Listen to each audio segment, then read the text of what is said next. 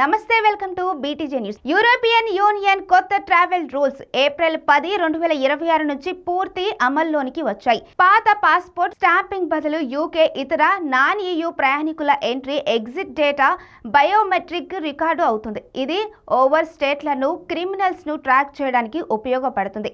April 10, 2026 నుంచి అన్ని 29 సెంచెన్ దేశాల బార్డర్లో 100% అమలు అవుతుంది. ఇందులో ప్రధానమైనది ఏమిటంటే పాస్పోర్ట్ స్టాంపింగ్ ఉండకపోవడం ముఖ్యమైనది.